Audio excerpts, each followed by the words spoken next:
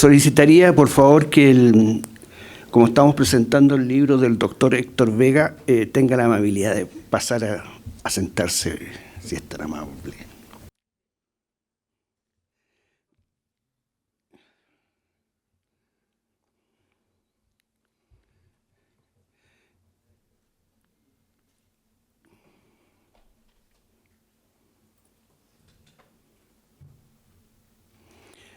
Invitaría al señor embajador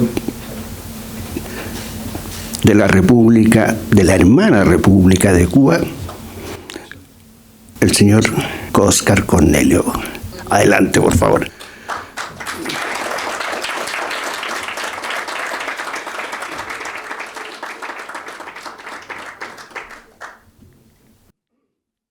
Ya la memoria corta nos perjudica. Invito también que pasen adelante la señora Elsa Labraña, que nos va a contar su experiencia como constituyente.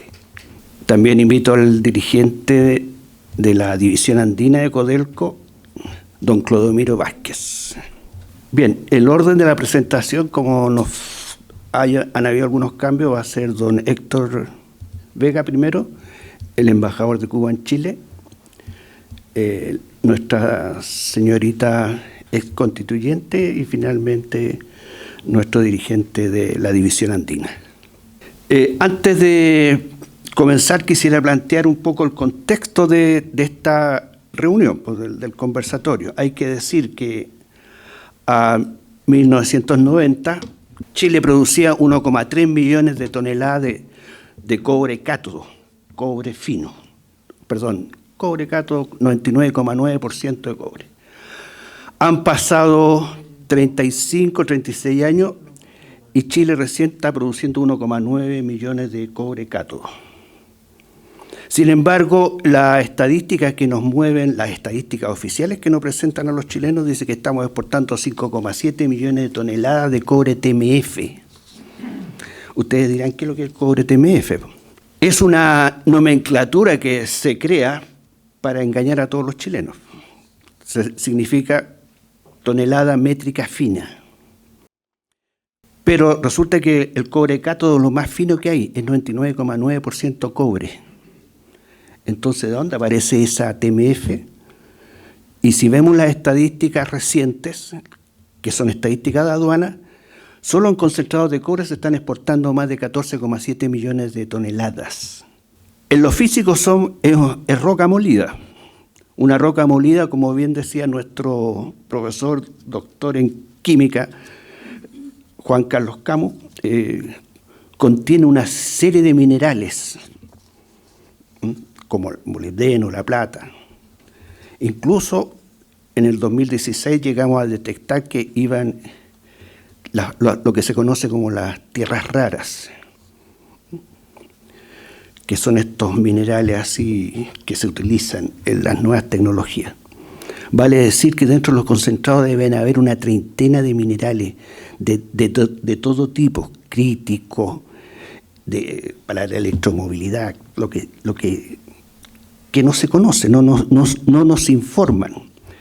El total de las toneladas de concentrado de cobre son, como les comentaba, 30 millones. Ya en el 2012, con el profesor Camus, determinábamos que Chile en ese tiempo ya estaba perdiendo $10.000 por tonelada. 2012. Desde esta universidad, en el 2010, denunciamos nosotros acá en el aula magna que los gobiernos de la época estaban saqueando a nuestro país, conjunto con el cártel minero. El cártel minero aquí en Chile es peor que el tren de Aragua. Ustedes deben saber. La cantidad de plata que se mueve es colosal. No hay mafia más peligrosa que la del cártel minero. Mueve políticos, mueve poderes del Estado, mueve todo. Entonces, lo que ha escrito nuestro doctor Héctor Vega Tapia, sin lugar a duda que es una pieza más dentro de este puzzle que significa constituir las características de este saqueo. Quisiera agregar, por último, que el primer gobierno de la Concertación en el año 1990 publicó una ley 18.985 que fue una reforma tributaria. En la práctica lo presentaron como reforma tributaria. En circunstancias que dentro de esa ley iba una cosa que iba a ser en la piedra angular para poder llevar a la práctica la famosa ley de concesiones mineras de José Piñera, que era transformar o, digamos, rendir las ganancias de las mineras, sobre todo las grandes mineras, a partir de la contabilidad fidedigna, que conocen. No sé si hay contadores acá, pero la contabilidad fidedigna no es más que llevar una contabilidad con estados de pérdida y resultados, pérdida y ganancia. Hasta ese minuto, aquí en Chile, las empresas mineras tributaban por renta presunta, igual que un taxista, el 10%. A partir de esa ley, ya a las empresas mineras, sobre todo las transnacionales, podían hacerlo a través de contabilidad fidedigna. Vale decir, no pagaron más impuestos. Con Pinochet pagaban el 10%. Eso es el gobierno. Estamos hablando, en el primer mes del gobierno de la Concertación se hizo esa ley. Luego vino una cosa media extraña, que de repente me piden, no la diga porque va a crear problemas, etc. Pero lo voy a plantear. Resulta que hasta ese minuto, hay que decir, en el año 90, todavía la minería está en manos del Estado chileno. Codelco controlaba la producción de cobre y cobre cátodo. Eso es lo que se exportaba, 1,3. Bueno, se hizo esta modificación al reglamento tributario, pero no llegaron las mineras. Estaba vivo Pinochet y estaba vivo el autor de la Constitución. Pinochet cambió la Constitución, nombró su bando constitucional del 80, pero en su bando constitucional mantuvo todas las normas de la ley que nacionalizaba el cobre, curiosamente. Y hasta el año 90 el cobre era chileno. Pasó la ley tributaria, al año después asesinan a un senador que era el autor del bando del 80, y a los meses cambian la ley. Entregan a través de la ley 19.137 todas las reservas que, siendo de Codelco, no estaban siendo explotadas. Estamos hablando de 175 millones de toneladas de cobre, gratuitamente a las empresas que llegaran a Chile. Y ahí llegó el cártel minero anglosajón. Empezó la producción, pero no la producción minera tradicional. Comenzó la producción de concentrados. Y aquí tenemos la estadística. En el 2022, 26 millones, 2023 o 24 ya no. Llegan alrededor de 30 millones de toneladas. Piensen ustedes lo que eso significa cuando Chile está perdiendo $10.000 por toneladas. Estamos hablando de $10.000 de esa época. Eso lo denunciamos en el año 2010, aquí en esta universidad. Ningún medio quiso publicar eso, salvo medios alternativos, uno de Argentina y otro de Chile. El de Argentina sigue vivo, por suerte, hasta ahora. El de Chile pasó a mejor vida, a pesar que sus integrantes quieren levantarlo de nuevo, es probable que aparezca.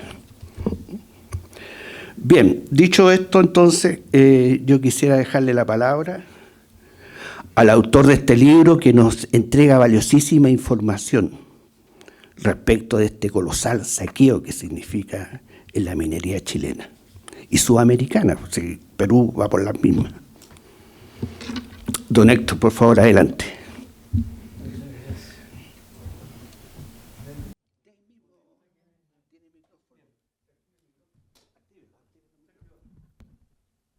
Ahí está bien. Bueno, ya José Manuel prácticamente resumió todo lo que yo iba a decir.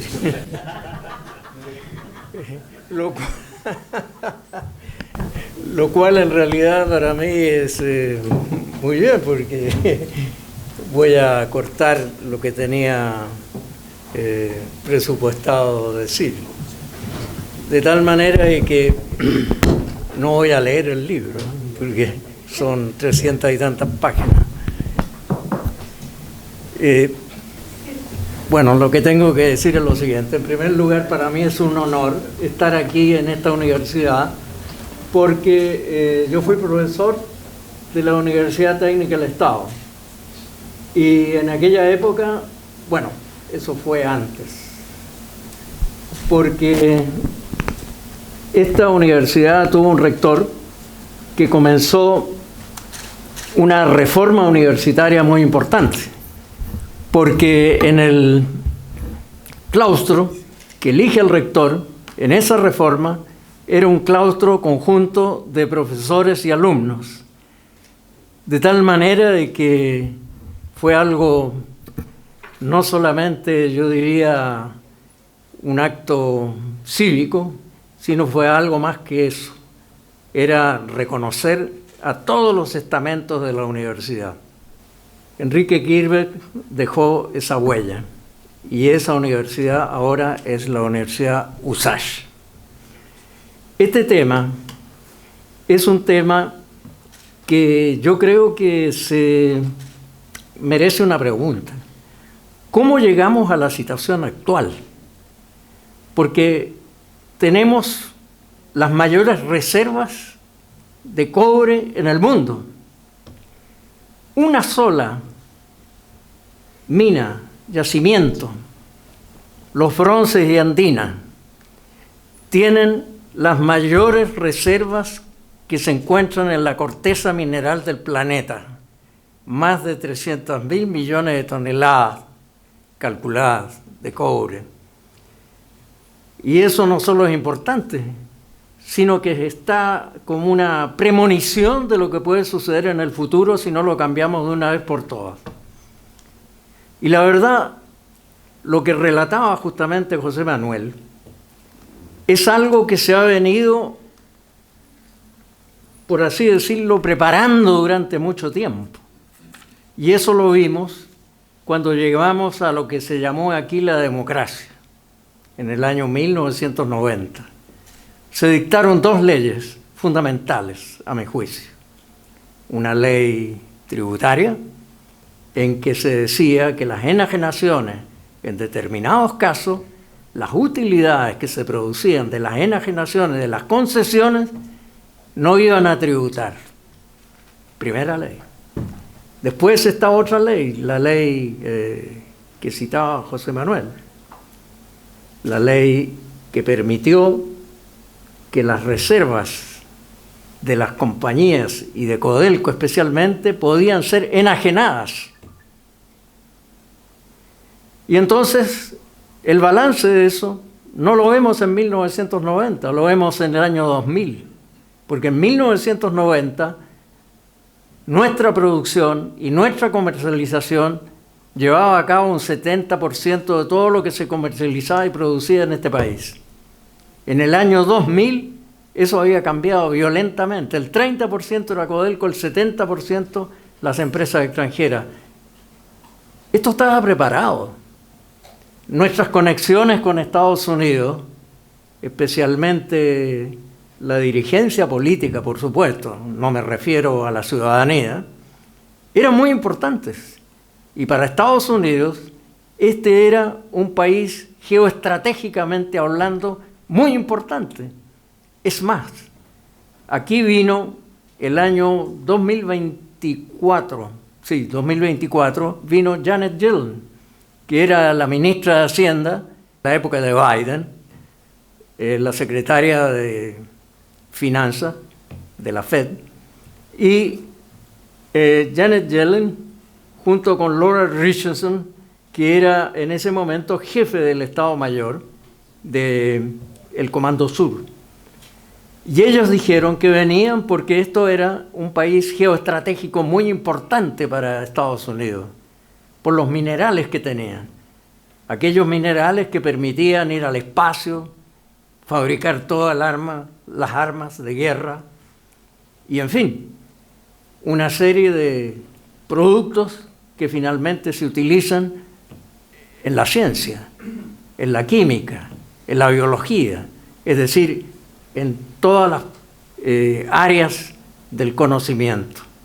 Y la importancia que tenía Chile era de qué manera se mantenían esas inversiones y que esas inversiones que habían sido recuperadas en la nacionalización del cobre, que eran 5, que eran, ustedes lo saben, Chuquicamata, El Salvador, La Exótica, El Teniente, Andina, habían pasado a manos de Chile, del Estado de Chile. Y eso era el reconocimiento, lo que hacía Salvador Allende en ese momento, que la chilenización había sido un fracaso. Porque la chilenización significaba que se compraban en 51% las acciones de las compañías extranjeras, en ese caso estadounidenses, de tal manera de que el negocio simplemente se acababa, porque había que hacer inversiones, no era simplemente una explotación al floreo, es decir, vamos ahí donde la gran ley del yacimiento nos invita justamente a invertir, pero dejaban todo lo que no era posible invertir porque los costos eran superiores, todo eso lo dejaban de lado. Y justamente aquella parte que en un momento el mercado había determinado que no se podía producir, empezaba la producción. Y había que cavar todo eso, lo que estaba cubierto por los desechos que habían dejado las compañías estadounidenses. Eso solo significaba, y eso está documentado en la época de Allende, 30.000 millones de dólares. Una sola operación. De tal manera que esto no había sido un negocio de ninguna manera. Claro, era un negocio para las explotaciones estadounidenses. Y ese estatus se quiso mantener. Pero para mantener ese estatus, y esto entra ya en la política local, se necesitan actores locales. Y por eso yo les decía a ustedes que los actores no habían sido necesariamente extranjeros, sino que habían sido chilenos locales que estaban dispuestos a entrar en el negocio de las transnacionales. En el fondo era eso. Porque uno se pregunta, ¿cómo podía ser esta situación? Que después de la nacionalización del cobre, 55 años después, estamos en una situación en la cual no somos propietarios de nuestros yacimientos. Ese es un problema esencialmente político. Y ese problema político no lo hemos resuelto en democracia. Más aún, estamos con problemas, porque en este momento en Chile se anuncia que se va a privatizar. En realidad, para que entremos en el problema, Codelco es un holding. Todas las empresas, las 5 empresas mencionadas, funcionan con una cúspide, y esa cúspide es la casa matriz de Codelco. Esa, desde luego, no se va a privatizar. Se van a guardar las apariencias. Pero en el holding, desde el punto de vista financiero y real y productivo, en lugar de tener un plan de explotación propio, necesario, no solamente para el gobierno de turno, sino para el Estado, eso ya no va a poder existir. ¿Y cuál es el objetivo esencial? Producir lo que ya decía Allende cuando nacionalizó el cobre. Él decía en una ceremonia histórica, decía, tenemos que aumentar la refinación, tenemos que aprovechar los subproductos que se van o se iban en las barras de cobre, oro, plata, renio, tungsteno, ácido sulfúrico. Tenemos que crear la gran industria moderna, la elaboración de productos manufacturados para consumo interno y de exportación. Pues bien, eso nunca se cumplió, pero ese es el objetivo. Fíjense ustedes que, bueno, en este libro yo vi las estadísticas de aduana en 5 puertos de embarque y luego vi el precio al cual esas toneladas de concentrado que llegaban y que se iban a transformar justamente en los subproductos escondidos dentro de esos concentrados, había una diferencia de precios enorme, porque cuando ustedes ven lo que se refina, los master alloys, esto es las aleaciones con el cobre, cobre berilio, cobre níquel, cobre zinc, cobre azufre, etc., tienen en el mercado un precio superior a 6 o 7 veces lo que se recibe acá en Chile. De tal manera que no es justamente, y como lo decía Allende, el objetivo no es producir concentrado.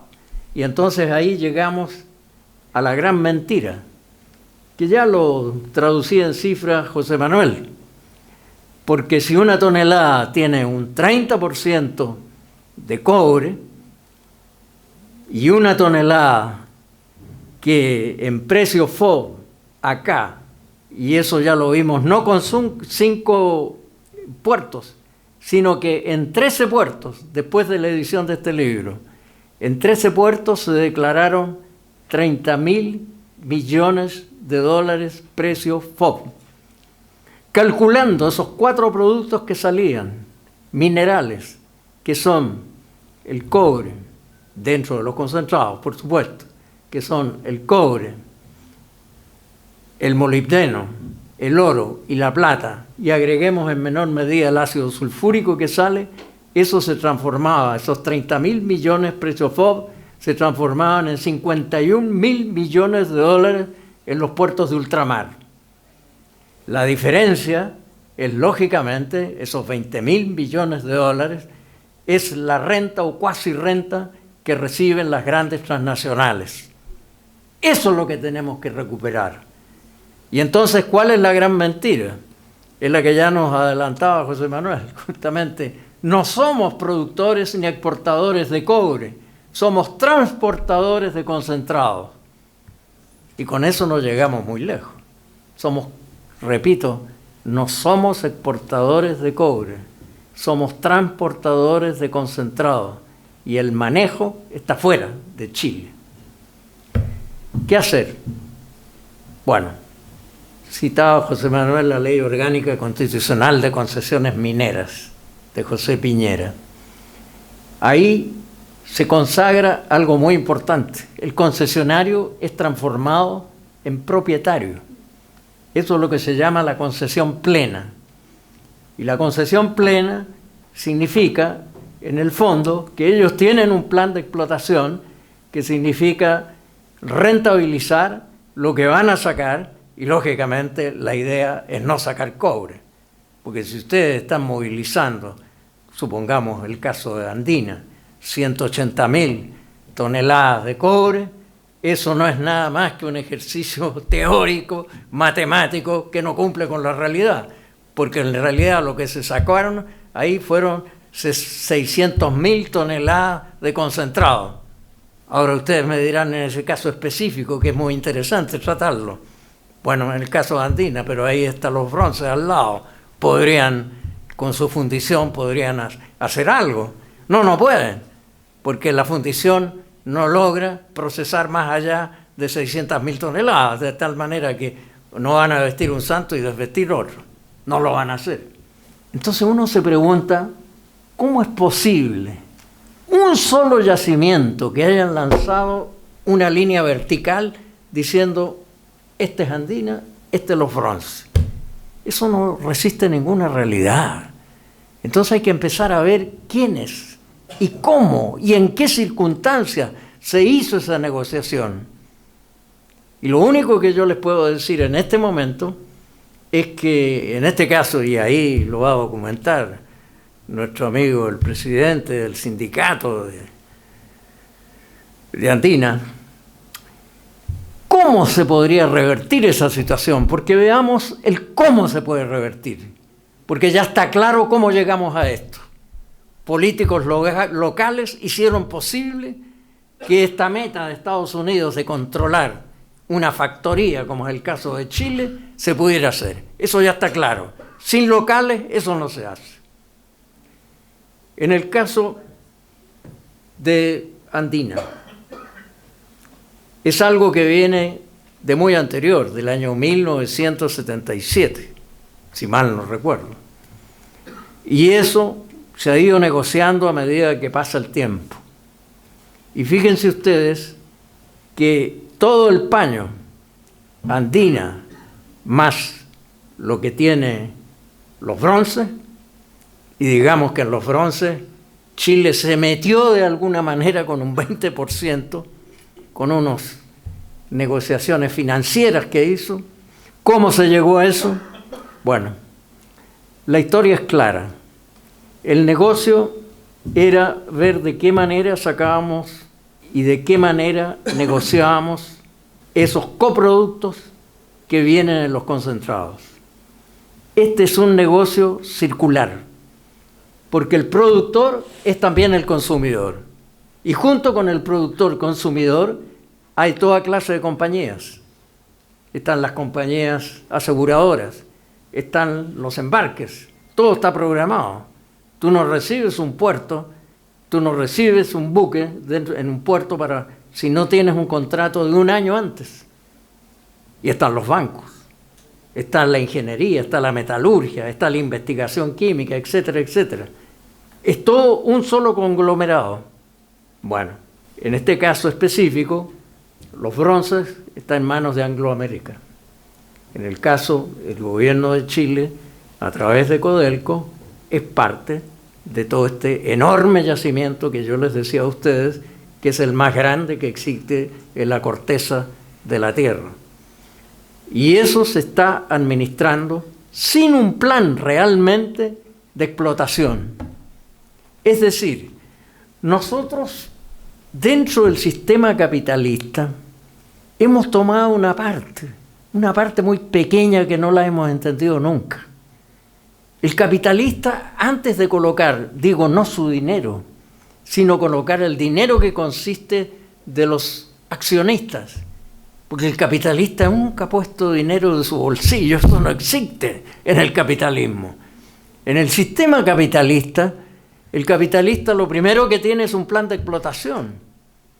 Aquellos que les gusta leer, vean lo que sucede con la historia de Carnegie, el magnate del acero. Antes de lanzarse el magnate del acero, tenía toda la explotación de cómo lo iba a hacer, los contratos que iba a tener, las posibilidades que tenían industrias que necesitaban el acero, porque el acero modificó completamente el sector de la construcción, ya no era madera, era acero. Los ferrocarriles, etcétera. Lo tenía todo planeado. Y ahí se convirtió justamente a través de los accionistas, nosotros pasamos de una manera diferente. Tomamos las acciones de las empresas y pensamos que podíamos negociar. En el caso de Frei Montalva, 51%. Y la verdad es que no negociábamos nada, porque todo eso seguía en manos, según el plan de explotación, seguía en manos de las grandes compañías extranjeras. Bueno, en el caso de este yacimiento enorme que tenemos a 60 kilómetros noreste de Santiago, en el caso de ese, nosotros no tomamos absolutamente nada. Es decir, no explotamos nada de lo que explotan las transnacionales. Ya les decía, viendo lo que sale por los puertos y viendo solamente 4 metales, vemos que tenemos una diferenciación de 21.000 millones de dólares. Y eso es increíblemente difícil de creer, pero ha sucedido y sigue sucediendo. Ahora bien, hay maneras y maneras. Yo diría, para revertir esta situación, en primer lugar, es necesario la derogación de la Ley Orgánica Constitucional de Concesiones Mineras. Primera cosa. Fíjense ustedes que en 1982 se publicó esa ley. En 1980, en la Constitución de Pinochet, aparecía en el artículo 19, aparecía lo siguiente, que los yacimientos, las minas, eran de propiedad absoluta, exclusiva, imprescriptible e innegociable. Eran propiedad del Estado. No se podían vender. Y ustedes vieron en las ya citas que hacía justamente José Manuel, de cómo políticos entregaron durante su gobierno, y entre ellos este era Frei Ruiz Tagle, el hijo del Frei Montalva, que durante su gobierno regaló 300.000 hectáreas de reservas de Codelco. 300.000 hectáreas. Bueno, entonces esa ley debe ser derogada porque es inconstitucional, va contra lo que alguna vez se pensó y planificó en el gobierno de Allende. Esa primera cosa. La segunda cosa es el control que debiéramos tener en los puertos. El control a través de espectrómetros, tan fácil como eso, para determinar cuáles son los coproductos junto con el cobre que van en los concentrados y determinarlos exactamente. En tercer lugar, existe un reglamento, es un decreto del presidente de la República que dijo en el año 2019 que lo que debían controlarse eran 4 productos, que ya los cité: el cobre, el oro, la plata y el molibdeno. Pero en el 2018 había un reglamento que determinaba que debían de examinarse 14 minerales e incluirse dentro de la lista, porque evidentemente esto no era un descubrimiento de los políticos. En los laboratorios se sabía exactamente lo que había en los concentrados, no era ningún descubrimiento, eso estaba allí. De tal manera de que eso ahora se hizo tabla rasa y lo que se examina son 4. De tal manera que lo que se pide acá, y yo se lo pedía justamente al rector, porque aquí existen espectrómetros en la USACH y también en la Universidad de Antofagasta y en la Universidad de Iquique, que se controlara y hubiera una asociación con las aduanas. Pero como aquí se ha preferido lo del papel, es decir, el documento único de salida cuando salen los minerales, en el papel aparecen esos 4 y no se hace ninguna investigación al respecto, de tal manera de que el papel nos venció en lo que ya existe, en lo que saben los alumnos de las diferentes universidades ya citadas.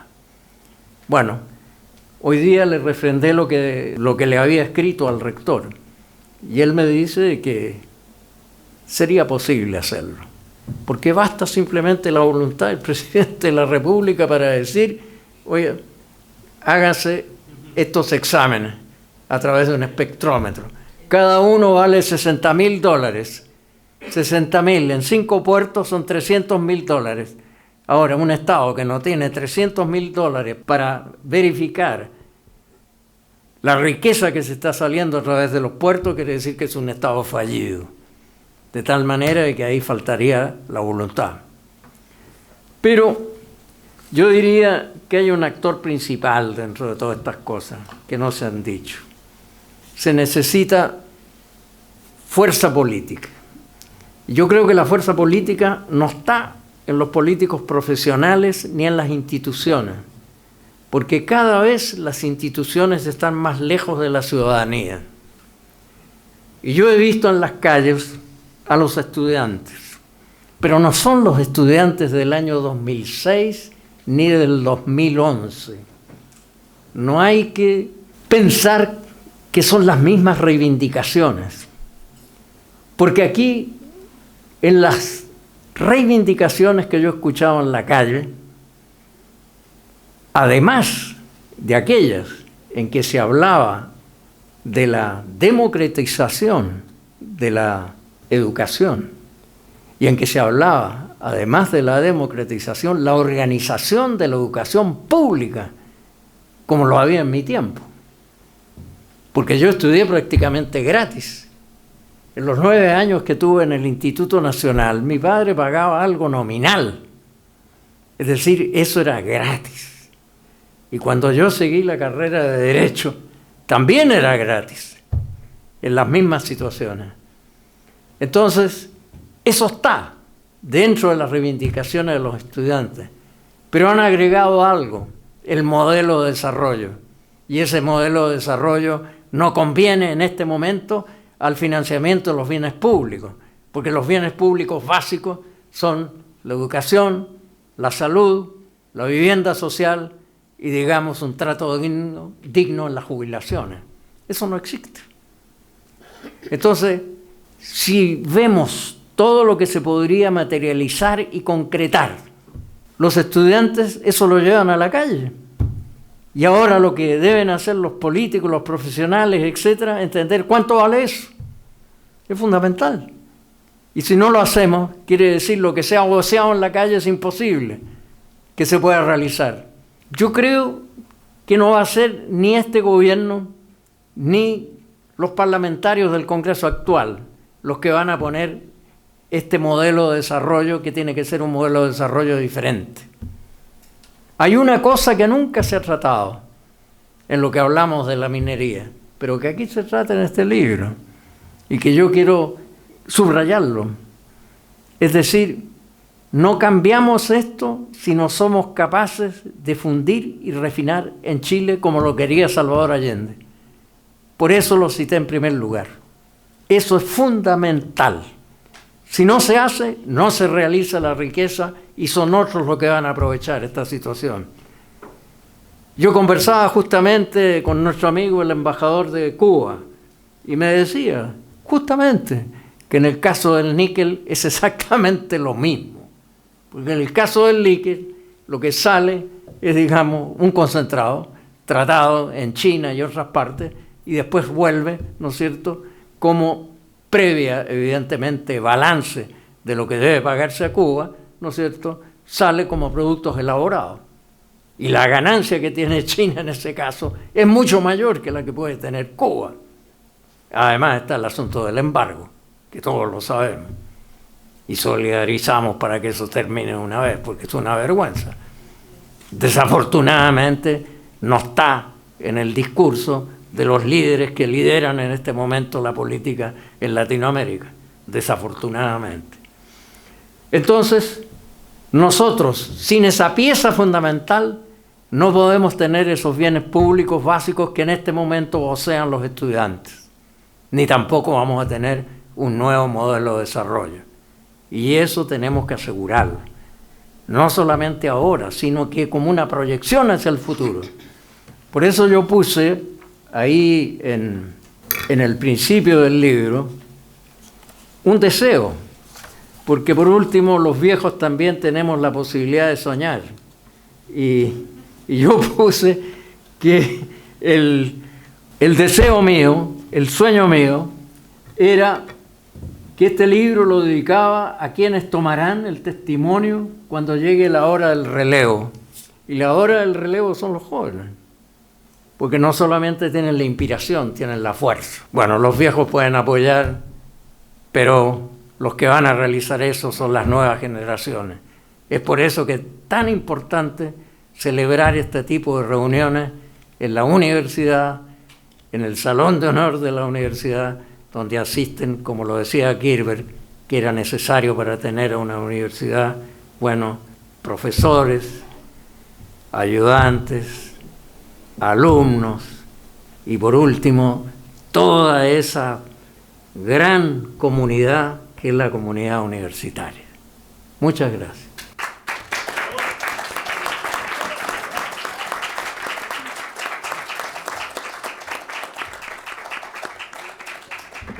Agradecemos las palabras del autor del texto que se está presentando y ahora le dejo la palabra a nuestro querido embajador Óscar Cornelio Oliva, de la hermana República de Cuba.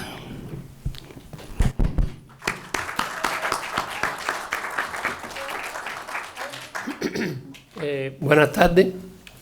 Para mí también me uno al profesor en que para mí es un honor estar aquí, que me hayan invitado a reflexionar sobre este asunto tan importante como las concesiones y la propiedad de la minería y de los recursos de la naturaleza.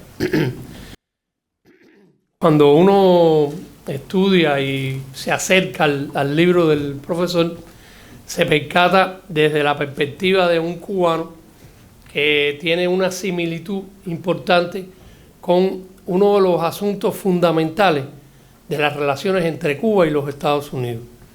En estos momentos, ustedes conocen por la prensa en general la situación difícil que estamos viviendo en la relación bilateral, que nosotros decimos que es un conflicto durante muchos años que tiene raíces históricas. Pero en este aspecto de las concesiones mineras y de las propiedades hay aspectos importantes, porque la política de hostilidad, la hostilidad manifiesta durante muchos años en la política de los Estados Unidos hacia Cuba, tiene como referencia importante que Cuba, al principio de la revolución de 1959, nacionalizó y, en sus palabras, expropió a los grandes conglomerados norteamericanos que dominaban la economía cubana.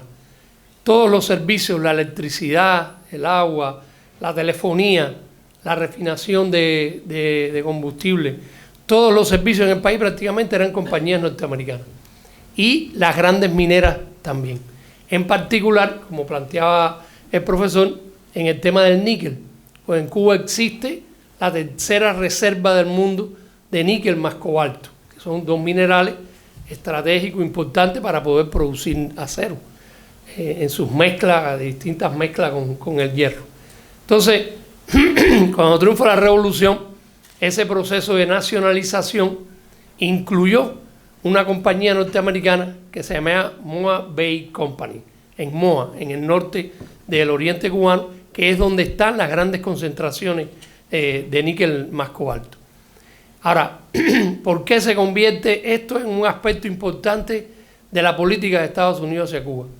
Porque esas nacionalizaciones son presentadas como que le retiramos, le expropiamos a los productores norteamericanos, a los dueños norteamericanos.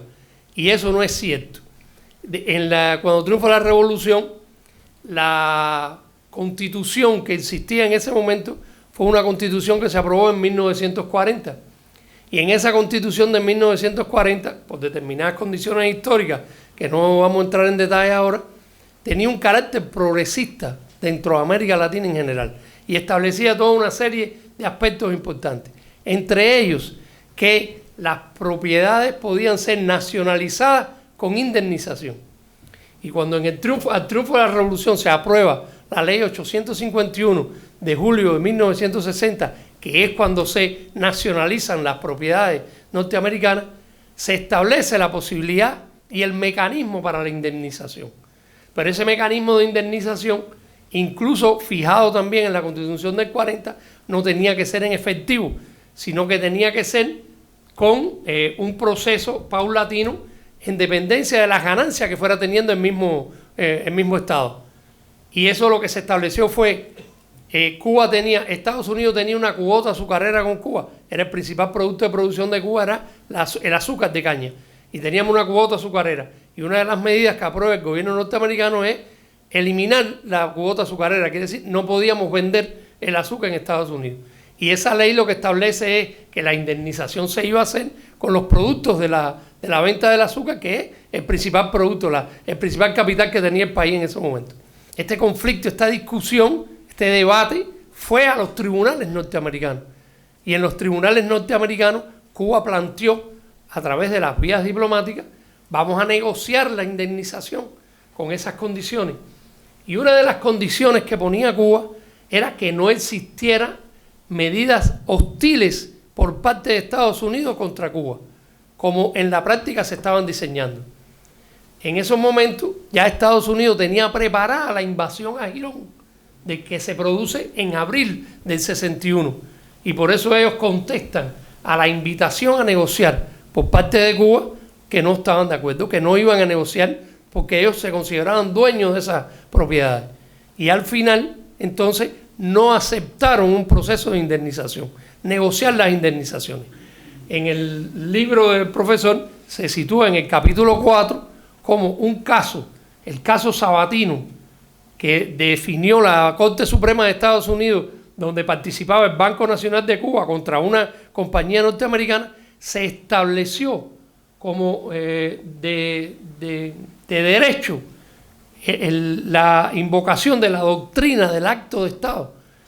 Y en el acto de Estado, cuando hay un interés de Estado, son lícitas las nacionalizaciones con indemnizaciones. Y en la propia Constitución de 1940 se establecía que cuando se podía nacionalizar, cuando había un interés público o de Estado. Y entonces había toda una fundamentación jurídica en base al derecho internacional y en base a la misma legislación norteamericana, porque el derecho anglosajón funciona con antecedentes, y ese caso Sabatino estableció un antecedente donde se podía recurrir a las razones de Estado para las nacionalizaciones.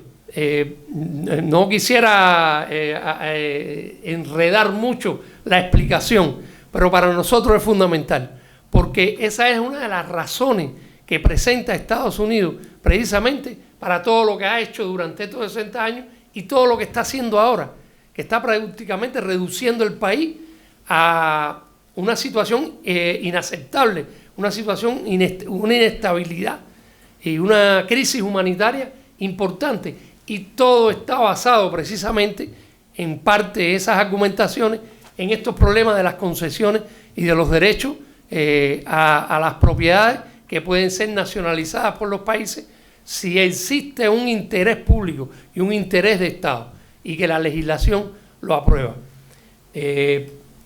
Para mí es importante que se entienda el paralelismo, la congruencia que existe entre las explicaciones profundas basadas en un estudio muy exhaustivo del profesor de estos problemas legislativos sobre la minería en Chile y lo que ha sucedido en Cuba y lo que está en el fundamento de la hostilidad de Estados Unidos en estos momentos contra Cuba, que no tiene razones reales ni tiene razones siquiera jurídicas, porque hay toda una fundamentación.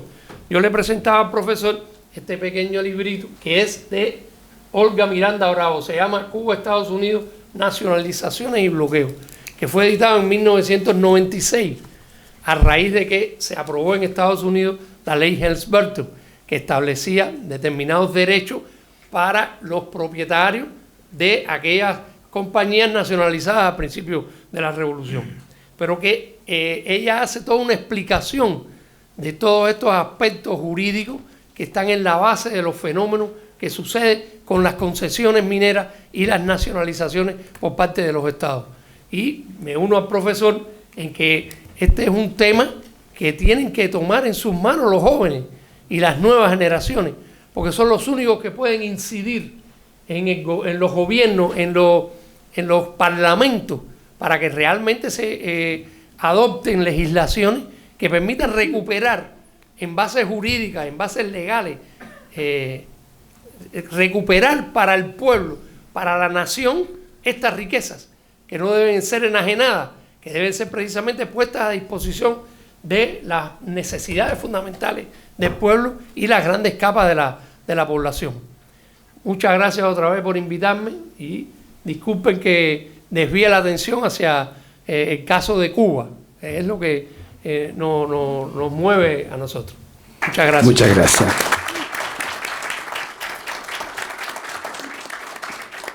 Bueno, nos interesaba la opinión de él y de su país, de todas maneras. Excelente. Yo ahora dejaría la palabra a la ex constituyente, entiendo que del área de la minería, doña Elsa Labraña.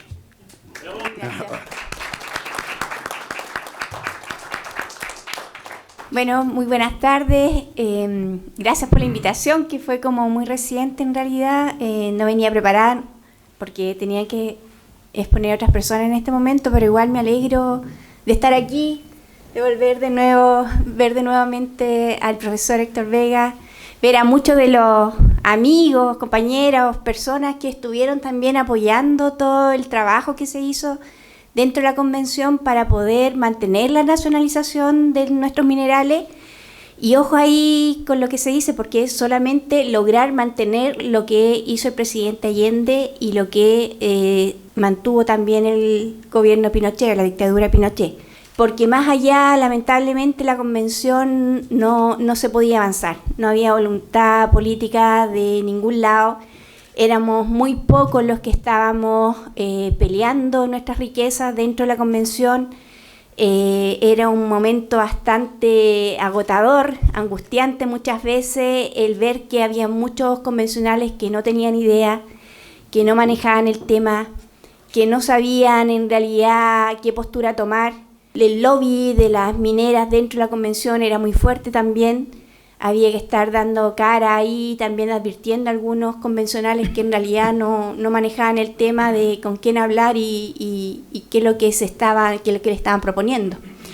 Entonces, bueno, para muchas personas que les tocó a ustedes especialmente ver el tema desde afuera, quizás nunca se enteraron, nunca supieron la batalla que tuvimos que dar ahí adentro de la convención para que el cobre siguiera siendo de dominio absoluto del Estado de Chile, ¿ya? Porque muchas veces nos decían, ya, pero ¿y si solamente el cobre y dejamos los otros elementos? Y constantemente había que estar diciendo que no. Incluso también querían entregar el litio y otros minerales que también son de explotación exclusiva del Estado, que lamentablemente también están concesionados a través de Soquimich y otras empresas, pero incluso eso que era de exclusiva explotación del Estado también querían entregarlo.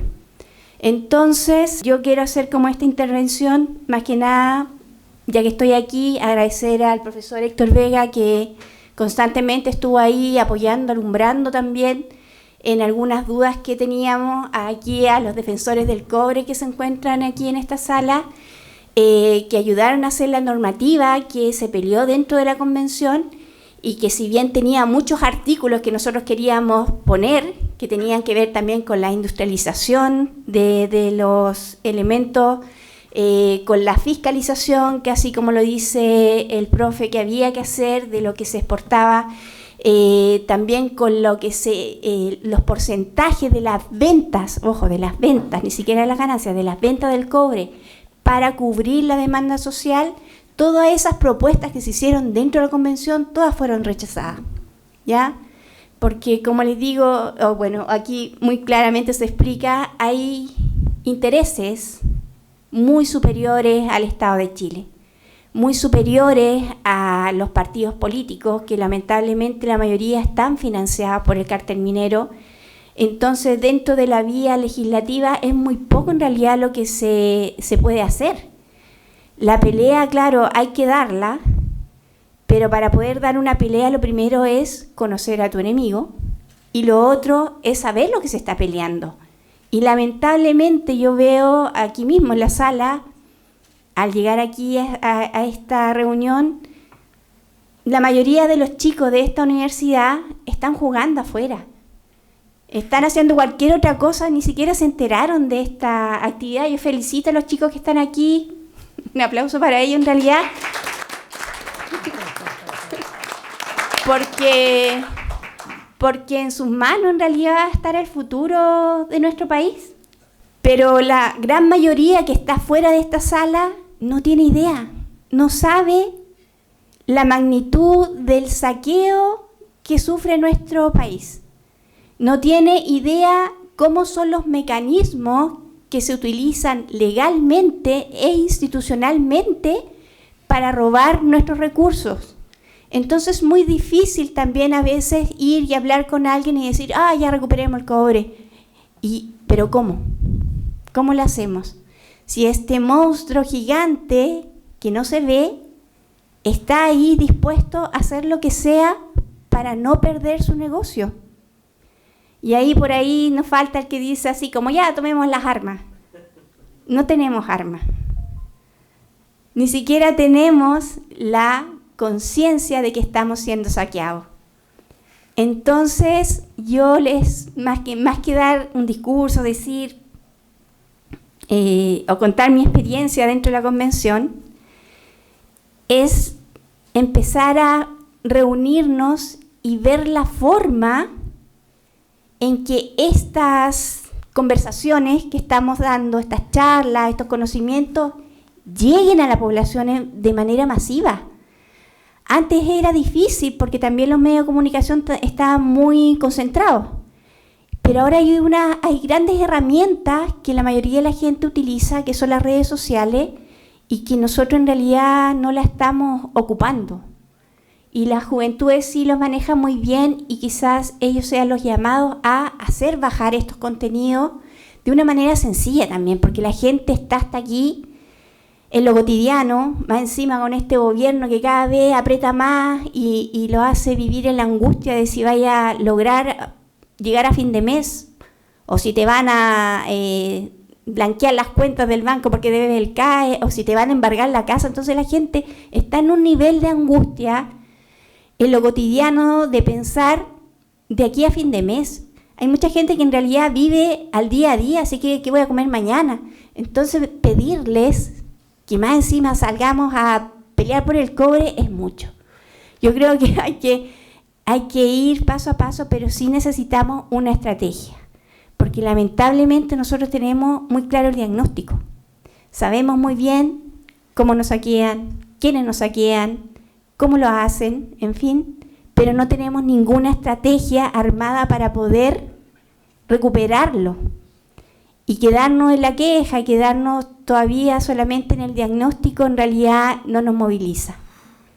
Así que yo lo que quería contarles más que nada en esta intervención, que la quiero hacer como muy breve, es una invitación a que los que estamos aquí y que estamos resonando en la misma frecuencia, que tenemos los mismos conocimientos respecto al tema, logremos armar alguna estrategia que podamos también traspasarle a la gente de manera sencilla, a través de educación, a través de un activismo, a través de una propuesta de ley que pueda ser peleada en el Congreso. En fin, hay muchas vías, pero hay que empezar a hacerlo ya, porque si bien nuestras reservas de cobre parecen ser infinitas, no lo son.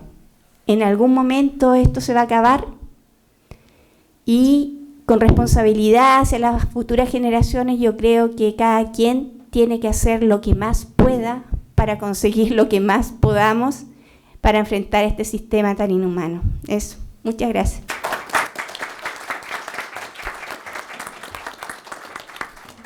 Yo tengo que agradecer las palabras de nuestra ex constituyente, Elsa Labraña, porque esto parecía un club de Toby. Necesitábamos la voz de una mujer. Y por suerte la obtuvimos acá. Vamos a tratar de mantenerla en contacto con el centro nuestro de industrialización. ¿Ah? Bien, quisiera dejar la palabra al dirigente sindical de Andina, don Clodomiro Vázquez, que curiosamente para ustedes fue estudiante de nuestra universidad. Un aplauso, por favor. Muchas gracias. Sí, efectivo. He estado aquí, en este mismo lugar, un par de veces. Y efectivo, sí, soy de la universidad, soy de la Facultad de Ingeniería, soy del Departamento de Ingeniería Eléctrica, o fui del Departamento de Ingeniería Eléctrica. Hoy soy de otro departamento, soy de Industria. Estoy ahora sacando la civil de Industria, soy trabajador de Codelco. No de los que tienen que devolver el bono, así que si es que hay alguna pregunta de devolver plata y todo eso, va para después, para otra mesa. Esta no es la mesa. Pero si en algún momento se da, me encantaría explicarles por qué los sindicatos dicen que no hay que devolver dinero, y me encantaría explicarle esa falta de información de la derecha, que hoy día Codelco está en un momento bastante en la ola, digamos así, que es propicio para todos los que por años han querido privatizar Codelco. Y yo en un resumen muy breve de láminas que le voy a presentar, le voy a explicar que Codelco lleva años privatizado. Y en un par de láminas yo le voy a explicar por qué, y ustedes entenderán y dirán, oh, sí, lo que se quiere ahora privatizar es solo la parte administrativa. Pero para eso y para iniciar, yo quiero que primero entremos en el contexto de lo que yo también quiero hablar y de lo que el libro quiere decir, y que el profesor ahí lo dejó claro. Así que mi apoyo Marcel, yo me voy a parar, sí, porque me gusta hablar caminando. Larga, pero hay que destacar que la conciencia del pueblo ha permitido que hoy día en Chile la inmensa mayoría de los chilenos estén junto a Chile y su futuro, y que sientan este día como día propio. El Congreso Nacional al aprobar la idea modificatoria de la Constitución para que podamos nosotros nacionalizar el cobre, ha escuchado el clamor, la potencia y la fuerza con que el pueblo ha luchado y luchará por recuperar la riqueza de Chile en manos del capital foráneo. Qué grandes palabras. Grandes palabras. Bueno, ese mismo interés, solo que al revés, ese mismo capital foráneo, es el que hoy día quiere reinscribir la historia. Es la que quiere decir, no, al final este Codelco tiene que ser nuestro. Pero al final yo le voy a decir de quién realmente es, de quién quieren que quede este Codelco. De las veces que he estado, bueno, afortunadamente, esta vez no es así, pero afortunadamente han habido muchos más estudiantes y yo seguiré estando y viniendo y cooperando mientras esa juventud, los que están ahí en los pastos, los que están en los patios donde estuvimos también un día, entiendan que la educación, la salud, el transporte, todo, absolutamente todo, la salud, sobre todo la salud y la educación que tanto se reclama, podría ser pagado al 100% con la riqueza de nuestro propio país. El problema de eso es que manejamos muy poco de esa cantidad de riqueza que tiene. Y empezamos a comparar la privada con otras, pero quiero que entremos en contexto y entendamos qué es lo que es Codelco. Y en algunas láminas yo lo voy a dejar claro, y empezando de que 115.000 millones de dólares ha entregado Codelco. Y esto voy a refrendar y voy a ser enfático para que ustedes después, cuando enciendan la cajita mágica de la tele que les miente, y escuchen, oh, Codelco hay que privatizarlo porque tiene deuda, porque es caro, porque no es productivo. En cambio, la privada sí es productiva. Bueno, yo les digo que 115.000 millones ya han sido entregados. En los últimos 20 años, la contribución representa el 11% al Estado, el 11% de los ingresos fiscales totales. Uno de los años récord de Codelco en producción y en entrega de dinero al Estado fue en el 2011, que entregó 7.033 millones de dólares, donde liderábamos el ranking, donde éramos top, y donde yo creo que hoy día seguimos siendo top, depende de cómo se plantee. En el 2021, efectivamente, uno empieza a ver y dice, pero ya bajamos. Sí, efectivamente, porque en el 2021 ya tuvimos que empezar a considerar los proyectos estructurales. Y en el 2021, con una diferencia de mineral, con bajas leyes, aún así, Codelco aportó 5.800 millones de dólares, directos al Estado. 10 de las mineras, 10, entregaron 3.793 millones. Pero nosotros ya habíamos iniciado proyectos estructurales, que ustedes lo han escuchado harto, y que no, que los proyectos vienen malos, que para poder crecer, para poder producir, tú tienes que agrandar tu casa. Tengo que ir a buscar, sacar más mineral de alguna otra parte. Para hacer eso, yo tengo que invertir. Entonces, yo les voy a demostrar por qué, de lo que dice la derecha, que hay que privatizar Codelco. Solo las empresas privadas, y para que aquí se entienda bien, lo único dinero que le entregan al Estado es a través de impuestos y el royalty. ¿Y la plata de Codelco, entonces, esos millones que me hablaste recién? Bueno, esos millones pasan directo al Estado. Esas grandes cifras que están ahí no tiene permitido Codelco ocupar de ese dinero. Estamos hablando de antes de que se permitiera un 30%, no enredemos ahí todavía, pero todo el dinero que ha generado Codelco no está permitido que se ocupe el mismo dinero para agrandar la casa. Entonces, ¿qué ocurre? Que Codelco tiene que ir, porque es una empresa del Estado, Codelco tiene que ir a buscar financiamiento afuera. ¿Y por qué no lo va a buscar el país? ¿Por qué no va a buscar el Estado el financiamiento? Porque es mejor que se endeude la empresa del Estado que el Estado. Además, como Codelco es una tremenda empresa de cobre, por supuesto que le pasan plata. Mientras más endeudado usted, yo le sigo pasando plata porque produce. ¿Y por qué es rentable pasarle plata? Entonces, ¿qué ocurre con la privada? Fíjense. Ya les dije que transfiere el 100%. La minería privada controla el 71% de la minería de Chile. 29% es de Codelco. 29. 71 de la privada. ¿Y quiénes son la privada? ¿Quiénes son los que están metiendo las manos en la privada? El 1% más rico de Chile. Se lleva el 71% de esos minerales. Entonces, uno dice, oye, pero la diferencia es bastante. Por supuesto. Entonces, del 2000 al 2019, la recaudación fiscal, oye, por favor, pongamos atención en estos números. Pueden sonar muy grandes. 108.700 millones aportó Codelco. 62.700 millones, 58%. Oye, uno dice, pero ¿y las grandes mineras? 46.000 millones de dólares.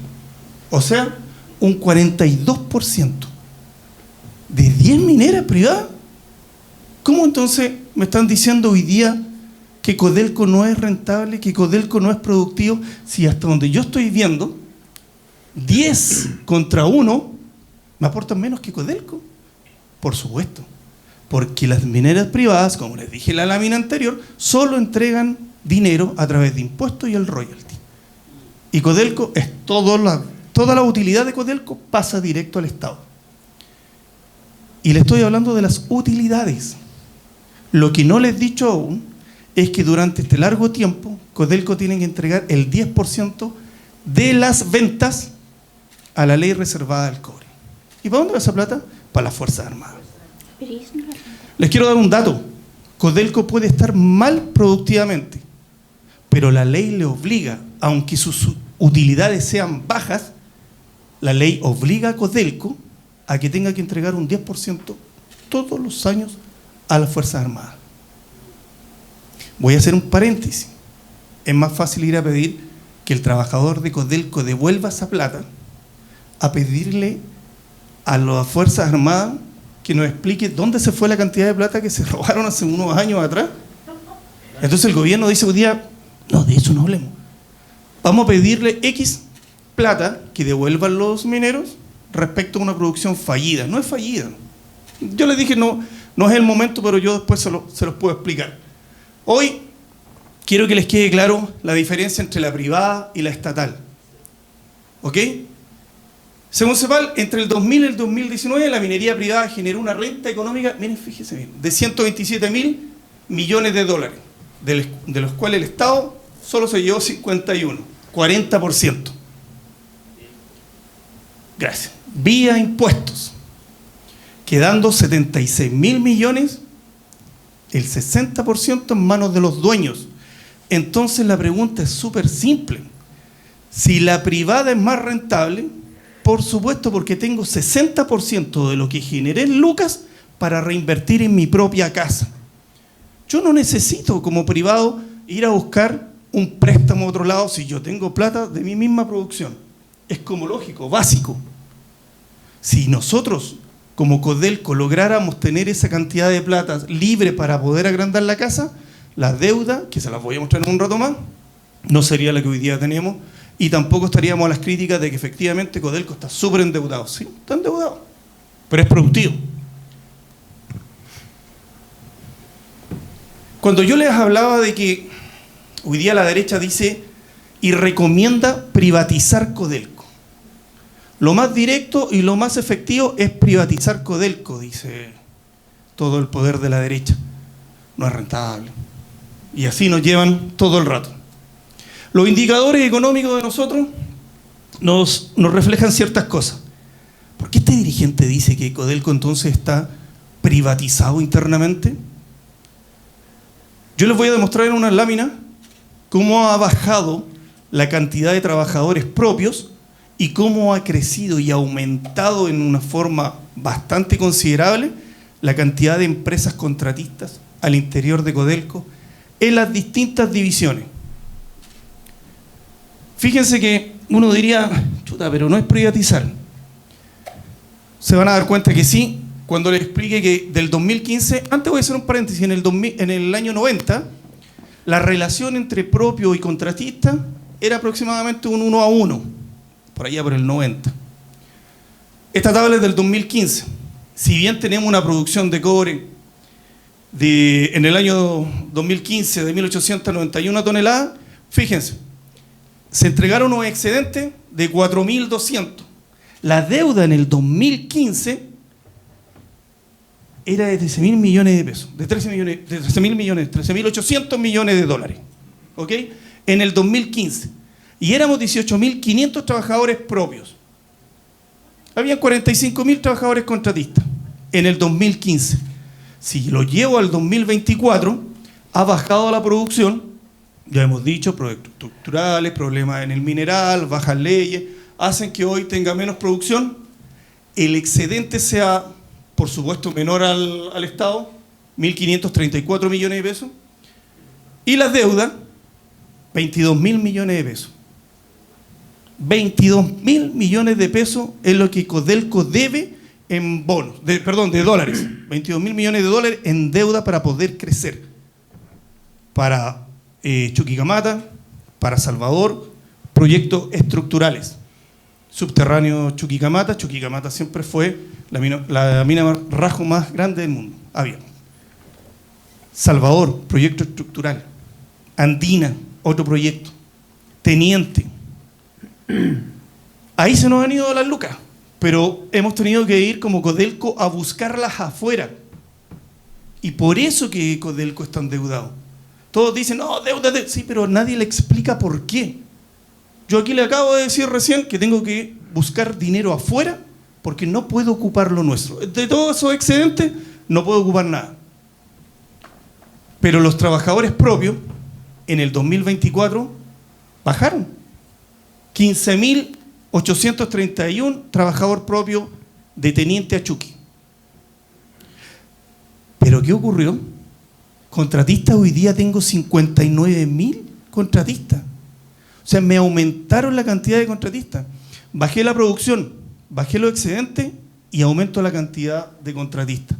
Mayor cantidad de empresas. Yo no diría, ya, pero hay más trabajo, hay más precarización.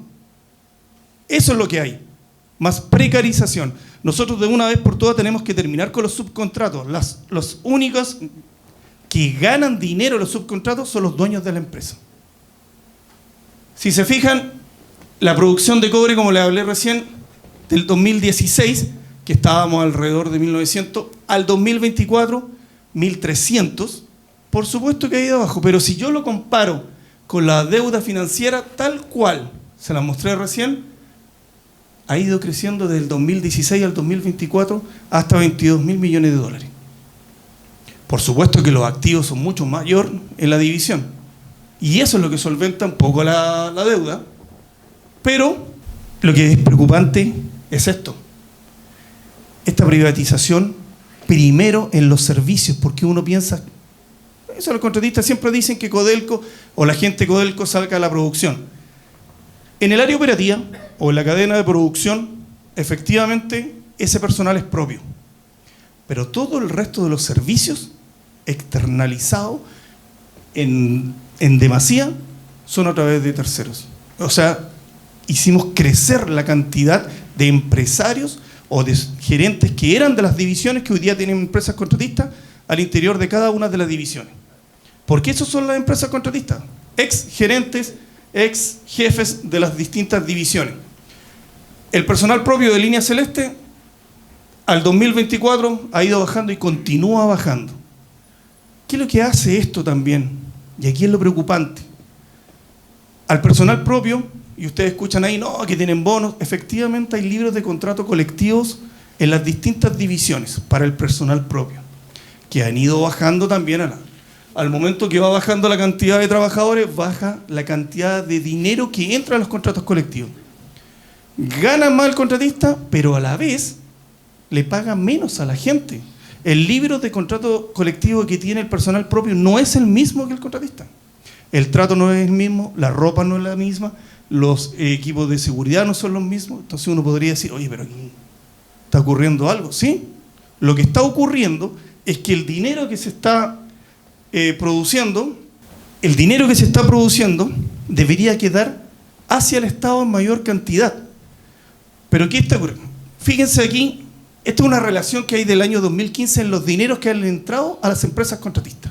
O cuánto he tenido que pagar como Codelco a las empresas contratistas. En el 2015, todo lo que producía Codelco en ganancia entre el 25 y el 28% era pago hacia externalización, hacia contratos.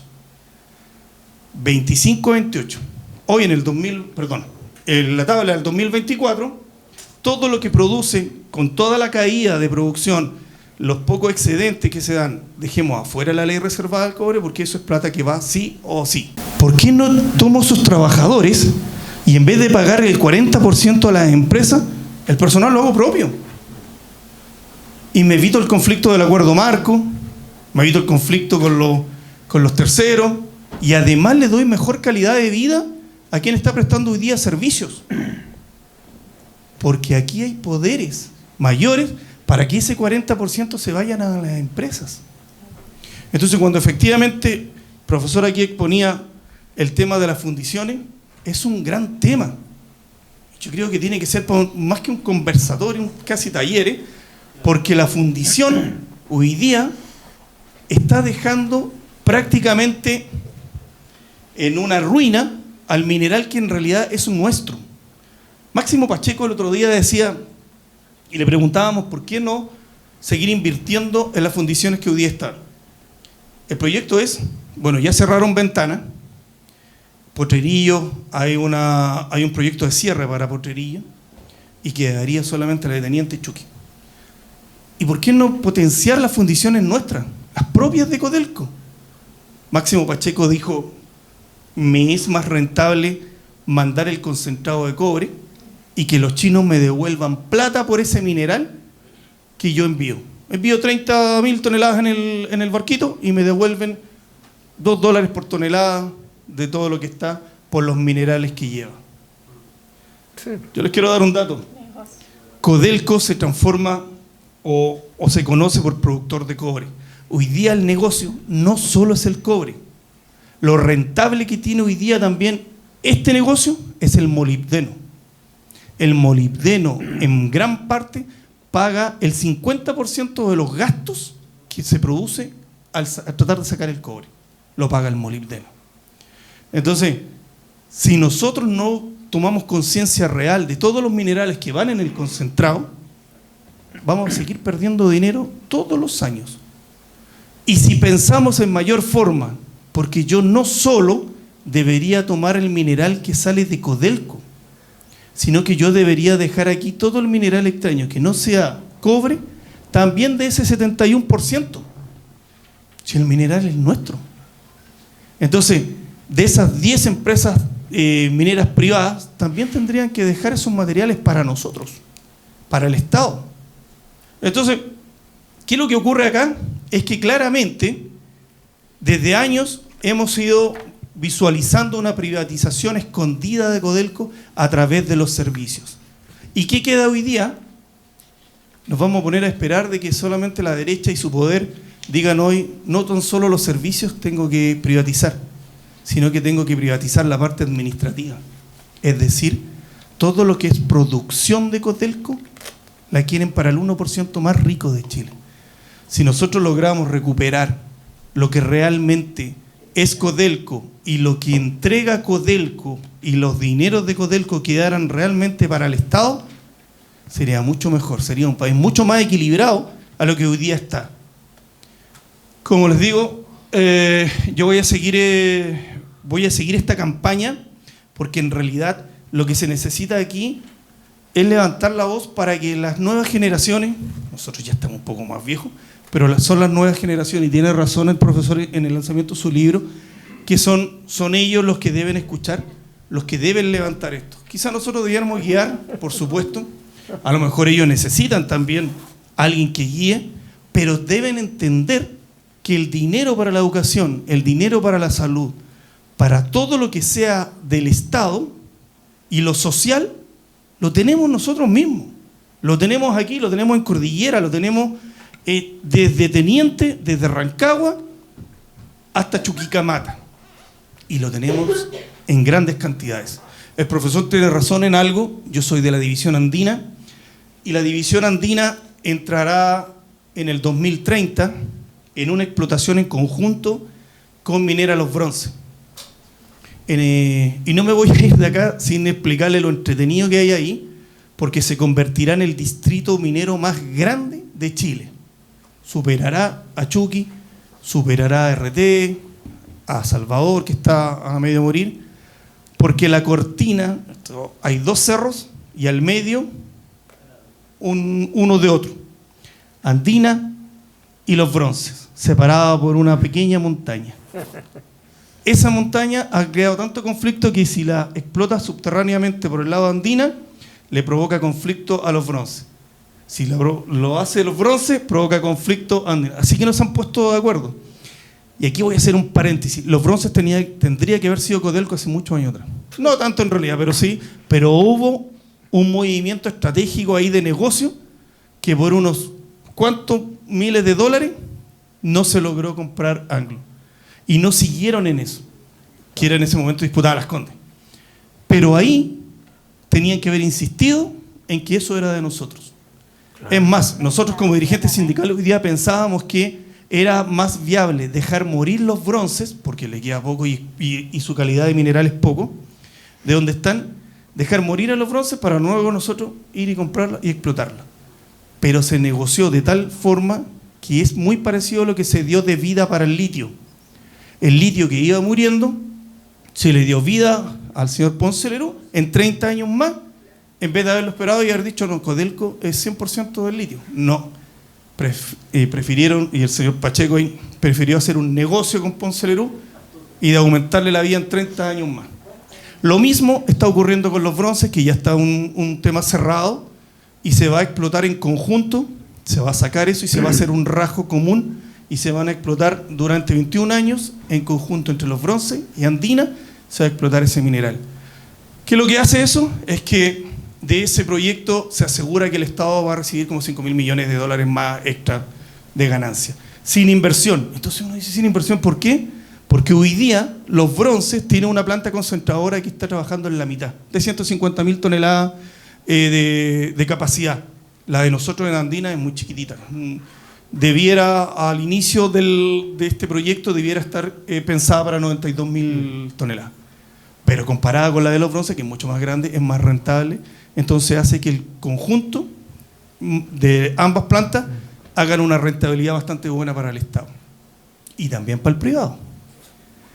Bueno, lo único que esperamos es que esta privatización escondida, y como dice el final ahí, no sea una rosa en una misa de despedida fúnebre para Codelco, porque Codelco es y seguirá y debe seguir siendo uno de los pilares fundamentales en el dinero que le entra al país para todos los actos sociales. Gracias.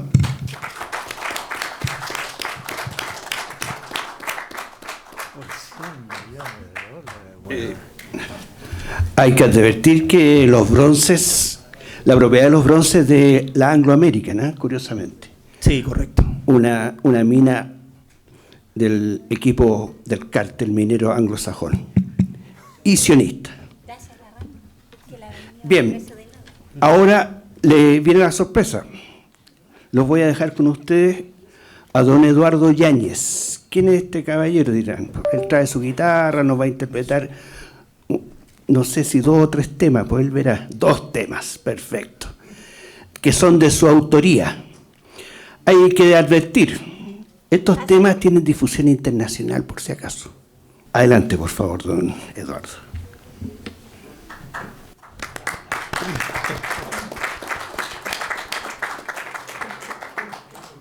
Bueno, impresionado como todos, supongo, de todo lo que hemos aprendido hoy día. Les agradezco a quienes me invitaron y vamos cantando al tiro mejor. La primera canción es una canción que yo hice durante la UP, me acuerdo. La grabó después Inti Illimani y varios grupos más, cosa que me alegra mucho. Gracias a eso pude comprarme mi helicóptero. Y se llama Por ti vamos a vencer. Está dedicado a los niños que yo veía en los años 60, incluso 70. Los niños que dormían en las calles, que pedían limosna. Y curiosamente o no, pero Silvio Rodríguez también lo dice en una frase. de esa canción dedicada a Chile. Estaba pensando en Se llama Por ti vamos a vencer. ¿Se escucha bien? Sí.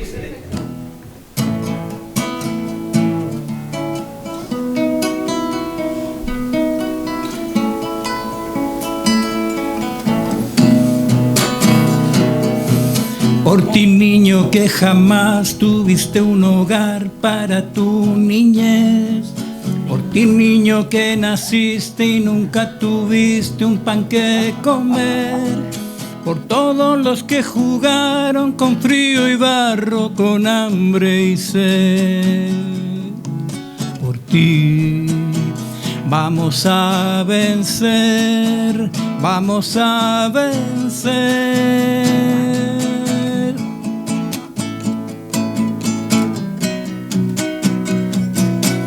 Por ti, niño, que llorabas, te consolabas con tu dolor. Por ti, que te consumías todos los días de cara al sol. Por tu cuerpecito tierno, tu voz de invierno, por tu vagar. Por ti vamos a vencer, vamos a vencer.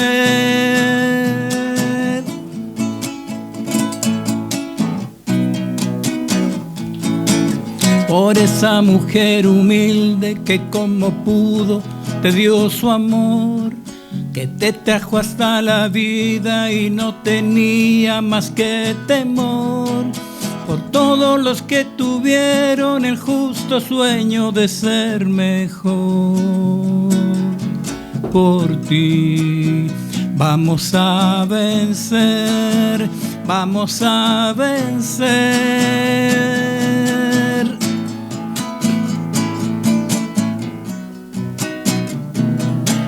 Por ti, niño, por tu anhelo, por tu desvelo, tu porvenir. Juramos por tus ojitos de niño bueno llegar al fin. Y cuando llegues a grande sabrás entonces tu parte hacer. Por ti vamos a vencer, vamos a vencer.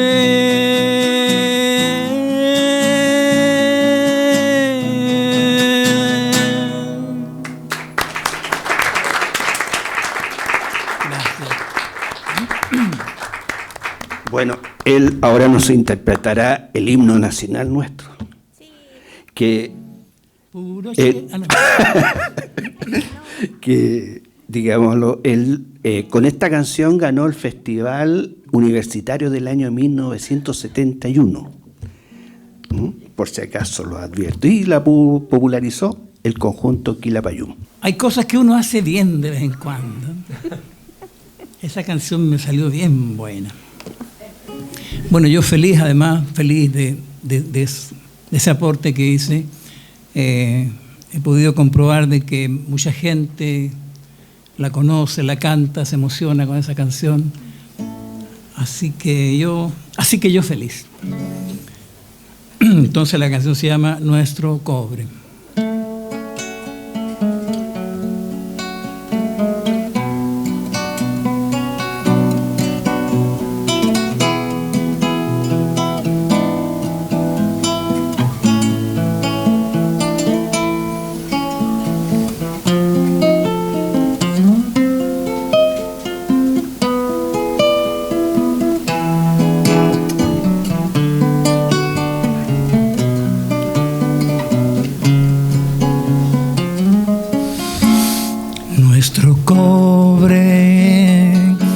Carne de la pampa, enclavado en la tierra colorada que vive allá en el norte, empapado de sol y de montañas, motivo de los hombres,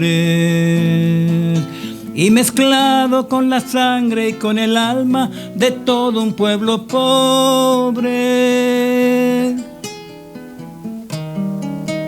Nuestro cobre, nacido entre los cerros, y robado por manos extranjeras, cambiado por dinero. No era Chile quien bebía de tu savia, no eran los mineros.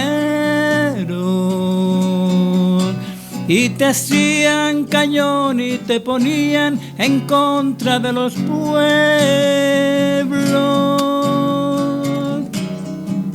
Nuestro cobre, ahora estás en casa y la patria te recibe emocionada con vino y con guitarras. Son tus dueños los mismos que murieron porque no te llevaran. Y de aquí ya no te mueven ni con sables, ni tanques, ni metrallas.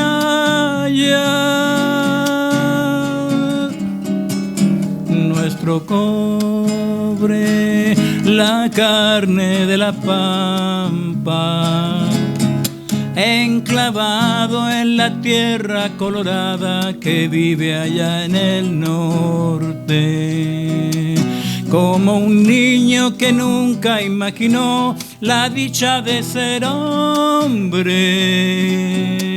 Has vencido para bien de los chilenos, ya no seremos pobres.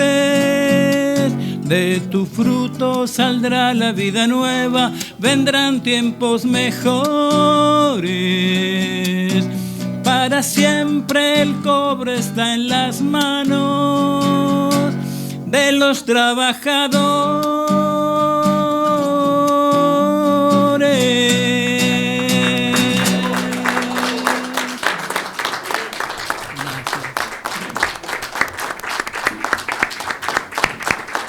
Gracias.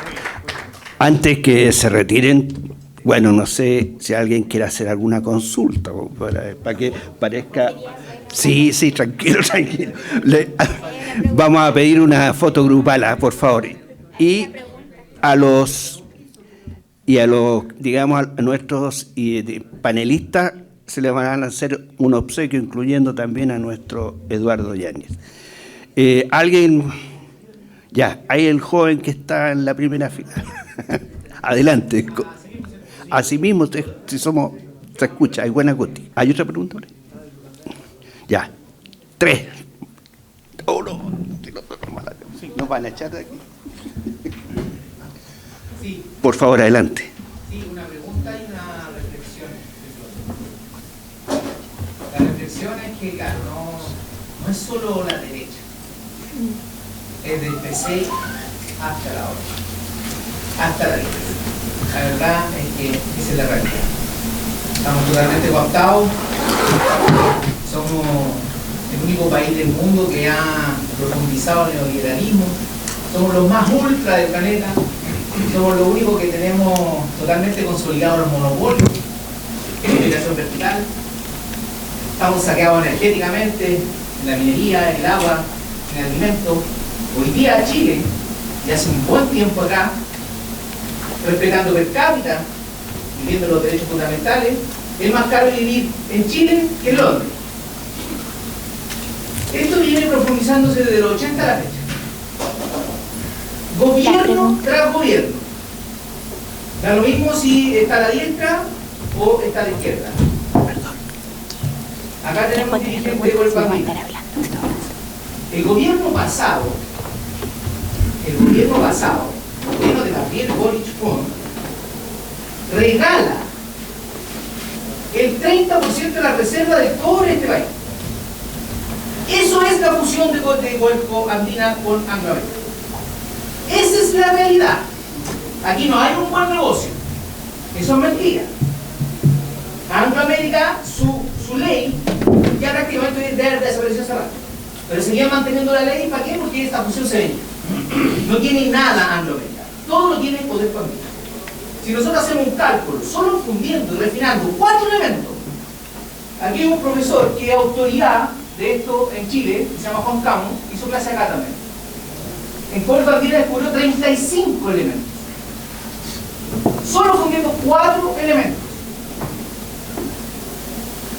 En 20 años de esta fusión? El regalo que le hizo el gobierno anterior a Angloamérica es de $1 billón. Esa es la realidad. Entonces no podemos nosotros ser muy simpáticos con los camaradas y los compañeros. O nosotros hacemos una fuerza independiente, autónoma, sin aquellos solo aprendiendo y mirándonos de atrás, que ellos miren de atrás, y realmente el pueblo independiente que salga a luchar. En pueblo, la academia hay que empoderar. Nadie ha empoderado a los estudiantes desde el 90 a la fecha. Nadie. ¿Cuál es la pregunta? ¿Qué es lo que están haciendo los dirigentes? ¿En qué estadio nos paramos? Yo estuve en la primera convención. Creo que uno de los grandes aportes fue la EXA dentro de esto. Nadie se pegó el grito al Partido Comunista, vamos, con Gutiérrez en medio, que hablar con Daniel Joao, que ya está acá. No hicieron nada. Absolutamente nada. Han dejado que saqueen el país de una manera increíble. Y esto no es solo saqueo. ¿Saben cuál es el gran problema que tenemos? Que además esto es sacrificio. Y esa hueá sí que nadie habla. Acá estamos en la región metropolitana. Estamos en la cuenca del Mapocho Maipo, una de las cuencas más sacrificadas del planeta Tierra. En aire, en agua, en alimento. ¿Quién habla de eso? ¿Quién habla que ninguna comuna de esta cuenca toma agua potable y sana? Están todos contaminándose. Entonces, no podemos seguir nosotros siguiendo el foro, discursos y la verdad que son relatos que no van al fondo del asunto. No van al fondo del asunto. Es demasiado el dolor de la gente.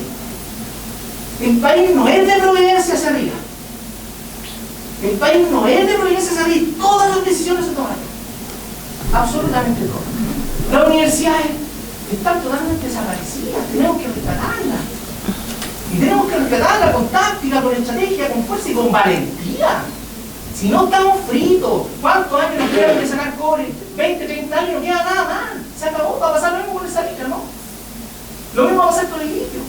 Lo mismo va a pasar con el agua, ¿sabes lo que va a pasar en el mar? Van a llenar de saladoras. Y el agua del mar va a estar contaminada. Entonces, no tenemos ninguna probabilidad si seguimos con este nivel de pasividad. Seguimos dando relatos, seguimos dando discursos. No tenemos la posibilidad de tener los dirigentes, de tener al partido político, no los tenemos. Si el Consejo Minero lo oficia del lava todo. Entonces, yo más que la pregunta, invito a empoderar. Siempre se ha buscado el poder en todas las naciones. Siempre buscan el poder. Nadie empodera. Si el problema es que están todos ignorantes de lo que está pasando. Más del 90% en este país, y podríamos decir más del 97%, está totalmente despreocupado. ¿Cuántos van a ser de pobre? ¿Cuántos van a ser de agua? De energía. Chile es número 1 en energía. Chile es número 1 en minería. Chile es potencia hídrica. Chile es potencia alimentaria. Somos el país más rico del planeta. Somos los de costo de producción más bajo del planeta. ¿Quién dice eso? ¿Han visto algún comunista decir eso? ¿Alguien que está a la izquierda del comunismo decir eso? A nadie. No lo van a escuchar nunca. ¿Por qué? Porque están todos auspiciados. Absolutamente todos. Y yo les digo algo, para terminar. Si ponemos el amor, si ponemos la razón y si ponemos la acción, vamos a poder construir una nueva nación. Eso, muchas gracias. No fue pregunta, pero buena la reflexión. Adelante, por favor. Primero que nada, yo quiero felicitar al presidente del sindicato Soplan de Educación Andina, porque tal como indica la anterior persona, necesitamos liderazgo, y esos liderazgos se necesitan de la manera que plantea Clodomiro Vázquez su presentación. Y esos liderazgos, lamentablemente, después de cuando se recuperó la democracia, lo primero que yo indico, llegaron los golpistas democráticos. Y los golpistas democráticos, ¿no es cierto?, llegaron todos los partidos políticos y excluyendo al Partido Comunista, porque también Gray Marín tenía otra visión respecto al país. Y en Codelco llegaron estos golpistas democráticos como Alejandro Noemí como presidente ejecutivo de Codelco, el Máximo Pacheco como vicepresidente de operaciones y otros operadores más. ¿Y qué es lo que pasó? Que lo primero que plantearon es lo que están volviendo a plantear ahora, que muchas de las actividades de Codelco no eran del rol del negocio de Codelco, y empezaron, lo primero, externalizaron y vendieron el puerto de Ventana.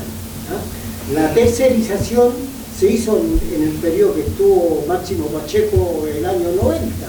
La tercerización, ¿no es cierto?, donde lo dijo Crónico, las empresas terceras correspondían a ejecutivo de Codelco o tenían alguna relación con Codelco. Incluso al interior de Codelco existían 5 empresas que participaban en los procesos de licitación, pero antes se ponían de acuerdo y decían, ahora te toca a ti, después le toca a ti, y así fue que se fue creando el tema. Ahora, lo que pasa en nuestro país, yo creo que ya sale del margen real de solución que lo tengamos nosotros. Y sobre la base de eso, yo planteo de que aquí la única forma de que los países de América Latina y de América en general tienen que aplicar el concepto de que si el capital se globaliza, es un imperativo ético y político globalizar los movimientos sociales, los movimientos sindicales, los movimientos pobladores, pero tiene que haber un liderazgo, y en ese liderazgo, de acuerdo a lo que yo veo en estos momentos, debería tenerlo Gustavo Petro, junto con Evo Morales, junto con Nelson Ávila de Honduras, y así sucesivamente. Y aquí deberían haber también hombres que lideren ese proceso, y en ese proceso podemos tener a Daniel Jadwe, allí al compañero Marcel Cló, y tantos otros, de verdad, y tantos otros que lo podemos formar, pero hay que globalizarlo. Hoy día en forma individual no vamos a poder hacer nada. Y si se toma ese tema, yo creo que América Latina y América en general va a dar un golpe fuerte al imperialismo norteamericano. Eso es. Gracias. Bueno, puras reflexiones, pero si hay preguntas, reflexiones cortitas y preguntas cortas, por favor. Una pregunta al compañero dirigente, pero primero a felicitar a Mauricio Vega, compañero embajador de Cuba, que se fue. Está ahí, no se ha ido. Queremos comenzar la de hoy. Y por supuesto a la compañera Elsa, la verdad que está cada día más hermosa, que dije. Hablando de eso, yo pienso que la revolución de América tiene que ser con rostro de mujer. Y quiero decirlo por la gran presidenta de México. La mujer más valiente de América hoy en día es la presidenta de México. Se enfrentó solita a los yanquis. Solita. Y eso no salió en ningún medio. Por eso pienso que el rostro de la revolución de América al cambio va a ser por rostro de México. Y ahora sí, la pregunta, como lo dice el compañero, en su diapositiva usted esbozó ahí algo muy importante que a nosotros los contadores nos gusta mucho. La contabilidad está casi perfecta, pero lamentablemente está al revés. Porque usted cuando pide un crédito tiene que ser absorbido, ¿cierto?, a largo plazo. Y la deuda en vez de disminuir está aumentando. ¿Por qué? Y ahora usted me dijo una reflexión. El Codelco no se puede endeudar consigo mismo, con sus plata, que son miles de millones de dólares. Pero tenemos un ente que se llama Banco Estado. ¿A Codelco no le permiten pedir plata del Banco Estado? Espérese, antes de responder, ¿por qué? Porque aquí está la astucia. Como les dije anteriormente que trabajé 30 años en el Banco de Chile. ¿Quién fue director del Banco de Chile? Usted lo ha mencionado 5 veces. ¿Para qué? Para el grupo Lux. Él dijo, cómprate un banco para el Cómprate un banco, Perícola. ¿Lo asumen ahora? Antofagasta también era el grupo privado más grande de Chile, es dueño del Banco de Chile. Esa es la pregunta. ¿Por qué la deuda en vez de bajar sube? Es muy fácil. Pero no puedo ir a tu respuesta sin antes tomar la reflexión que a mí me parece muy, muy válida. Solo acotar ciertas cosas. El regalo que se hace, en este caso a Anglo o a los Bronces, no viene tan solo de este gobierno. El regalo se empieza a formar en el gobierno de Lagos, cuando no quiso pasar, como lo contábamos recién, que cuando si vamos los números en realidad, 100 millones de dólares era la discordia que había entre que los Bronces, llamado ahora, sea propiedad de Codelco o sea de otra entidad.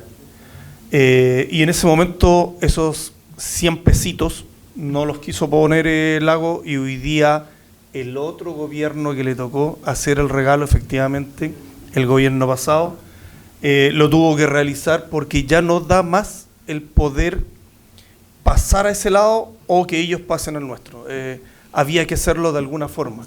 El tema es que no es que lo tengamos todo, pero sí tenemos el 90% de eso, porque efectivamente lo que tú dices es muy cierto. La ley que tiene hoy día los Bronces es muy mala, y la ley buena recién empieza bajo muchas toneladas, bajo tierra todavía. Al contrario de División Andina, que hoy día tiene una ley bastante buena. A ver, yo no sé si profundizar en eso, pero una ley mala que hoy día lo que está manejando los Bronces habla de a través de un 0,4, que es malísima, frente hoy día a una ley que está en la División Andina que va entre un 0,7 y un 0,85. Y se espera que cuando inicie explotación en conjunto sea alrededor de 0,9, que es una muy buena ley. ¿Okay?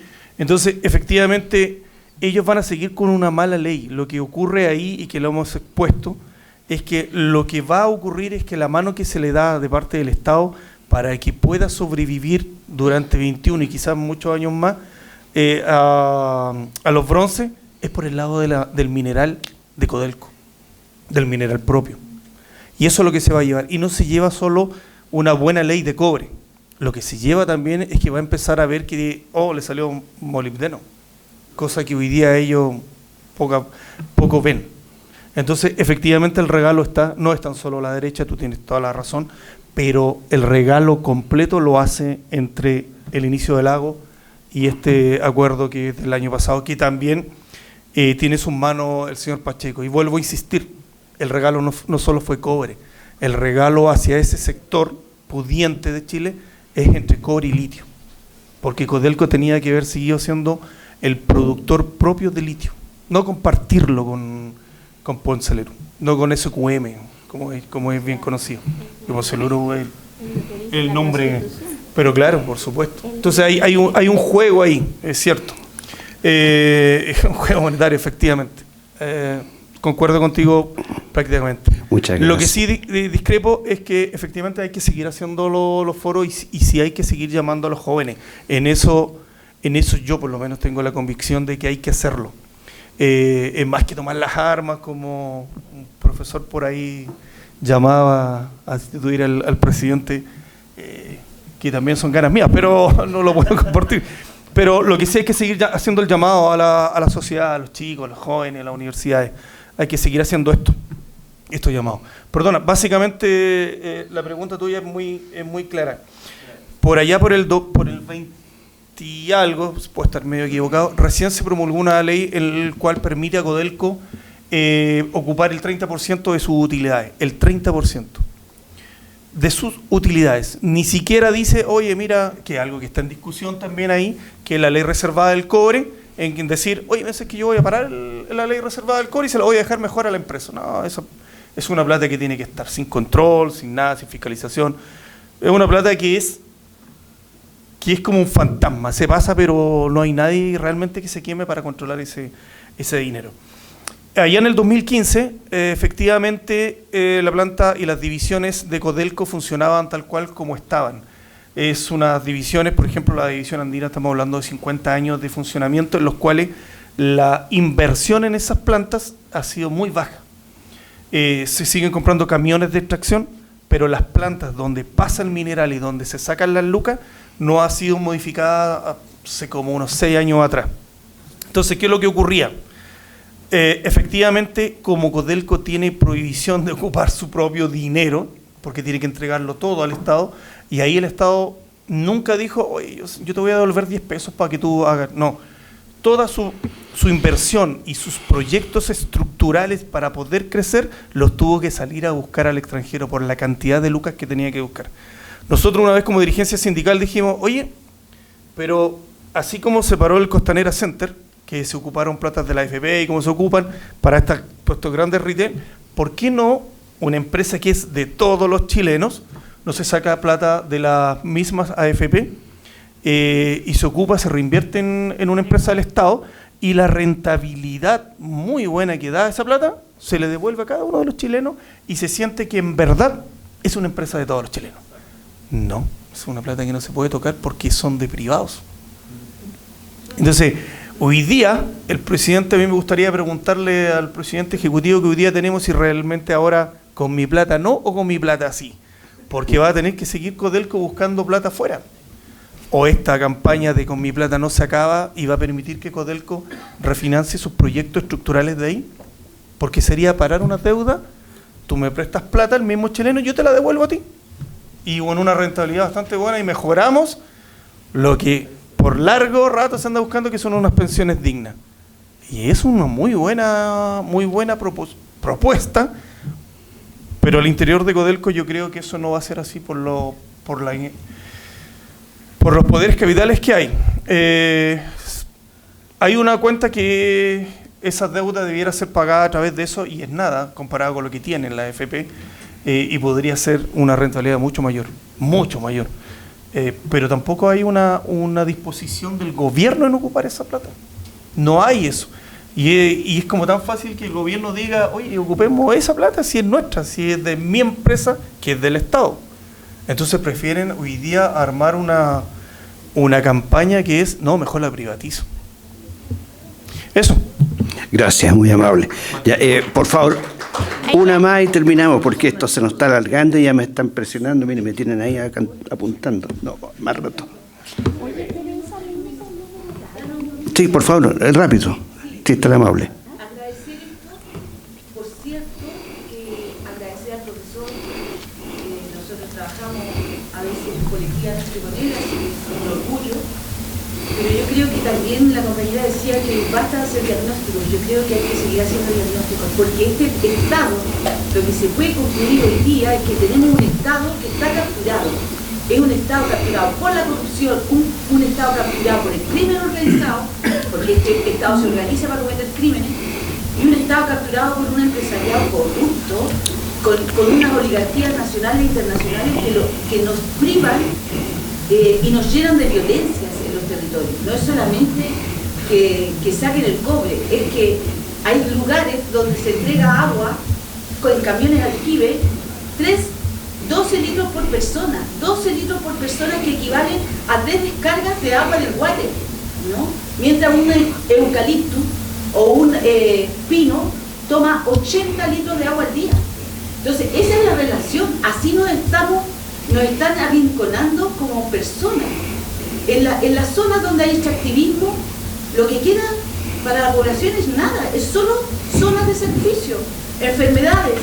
Los niños en Puchuncaví, cómo se desmayaban en la escuela, y de urgencia, 200 niños por la contaminación. Entonces, yo creo que el diagnóstico todavía nos queda y tenemos un Estado capturado. Este Estado no nos sirve, este Estado tiene que ser cambiado. La violencia de este Estado nos va a llevar, lo mismo que los mineros en el teniente, ¿no es cierto?, subcontratados, que nadie responde por su vida, o los pescadores talcahuanos embestidos por el buque Cobra, ¿no es cierto?, el pesquero que los convirtió, los procesaron, ¿no es cierto?, dentro de la fuerza de los pescados, encontraron los cuerpos de los compañeros. Y no hay justicia, tenemos impunidad, hay un empresariado criminal en nuestro país. Muchas gracias. ¿Podría preguntar? ¿Estamos los que están aquí hoy día dispuestos a continuar dialogando? Porque de eso se trata, ¿no es cierto?, dialogar. No. Si están dispuestos, el 8 de julio es un día miércoles, 6:30 de la tarde, local ANEF. ¿Quién va a estar ahí? Nuestro compañero que estaba presentando su obra sobre el cobre y no pudo expresar la propuesta que tiene él de desarrollo industrial del país en las actuales condiciones, no en el país cuando cambien las cosas sustantivamente. No estamos todavía en esas condiciones, pero hay posibilidades de medida de transformación económica transitoria. Ahí vamos a tratar de expresar la propuesta que tiene Héctor Vega Tapia respecto a esta materia y armar un conversatorio ahí ese día, miércoles 8 de julio a las 6:30, local ANEF, todo el mundo la conoce. Y en esta sede, en la USACH, le dirigimos delante al rector, al señor rector, si nos podía responder la petición que hemos hecho varias decenas de organizaciones sociales de base, que nos estamos coaligando, convocando para desarrollar aquí en la NET, en la USACH, el sábado 8 de agosto, durante todo el día, de las 8 de la mañana hasta las 20 horas, en un diálogo que queremos hacer de carácter nacional, de organizaciones autoconvocadas o de las que ya existen, para enhebrar un pensamiento común, una acción común, una mirada de perspectiva que nos permita convertir el malestar, el diagnóstico, en acción, en plataforma de lucha. No está decidido.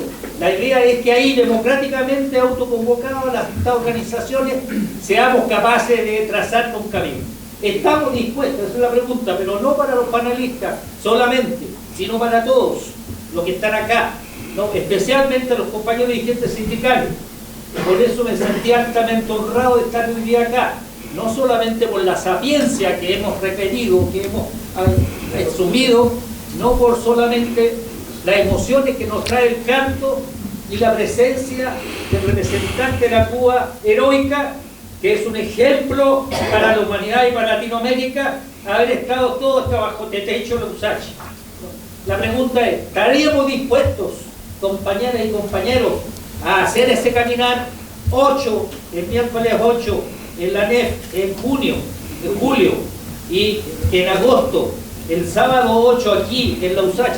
Porque creemos que la USACH, el señor rector y el vicerrector encargado de estas materias, el señor Herrera, esperamos que nos va a decir que bueno, le hemos pedido el local porque queremos reunir varios cientos, ojalá miles de personas que lleguen a conversar con respeto, con diversidad, pero tratando de llegar a consensos que nos permita aunar y terminar con las fuerzas centrípetas que hoy día nos impiden transformarnos en un actor real de los cambios y dejarlo de quejar. El presente de lucha, el futuro es nuestro, compañeros y compañeras. Bien, está convocada la invitación. 8 de julio y 8 de agosto.